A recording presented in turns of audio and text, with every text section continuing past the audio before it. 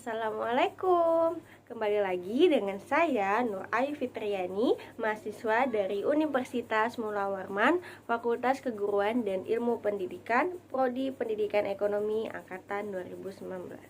Sebelumnya, apa kabar nih teman-teman? Semoga baik-baik aja ya. Di sini saya kembali dengan membawa materi tentang media pembelajaran menggunakan flip chart. Di sini saya mengambil judul tentang kebijakan pemerintah dalam bidang ekonomi.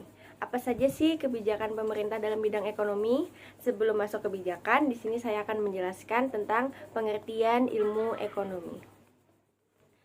Pengertian ilmu ekonomi yaitu ilmu yang mempelajari tentang kebutuhan sehari-hari untuk keperluan di masa depan dengan memanfaatkan sumber daya yang ada, kemudian diolah menjadi suatu barang dan didistribusikan kepada pihak individu ataupun golongan kelompok. Dalam ilmu ekonomi ada dua teori.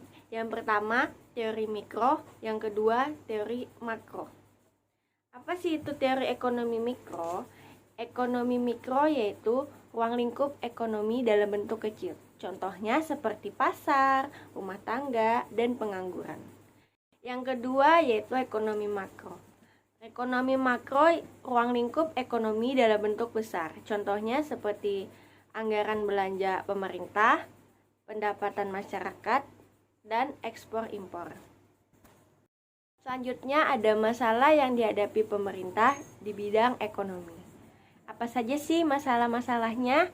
Yang pertama ada masalah inflasi, yang kedua masalah pengangguran, yang ketiga masalah kemiskinan dan pemerataan distribusi pendapatan. Bagaimana terjadinya masalah inflasi? Masalah inflasi terjadi karena kelebihan permintaan di tingkat makro. Bagaimana terjadinya masalah pengangguran? Masalah pengangguran terjadi karena usia kerja yang masih sulit mendapatkan pekerjaan. Bagaimana terjadinya masalah kemiskinan dan pemerataan distribusi pendapatan? Masalah kemiskinan terjadi karena kurangnya hak-hak masyarakat dalam berkehidupan bermartabat.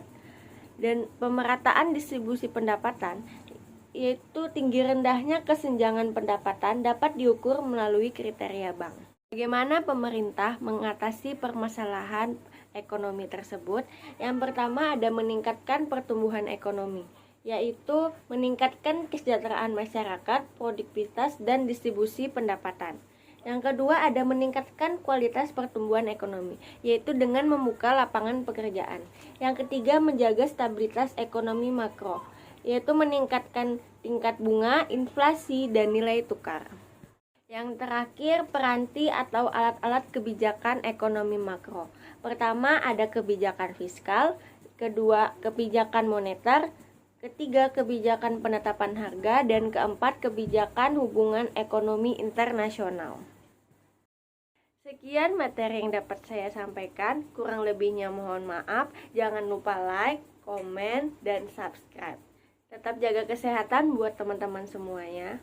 Sedikit pantun penutup dari saya. Pak Topik menjahit kopiah, kopiah dijahit baldo yang utuh. Wabillahi taufiq wal hidayah. Wassalamualaikum warahmatullahi wabarakatuh. Bye bye.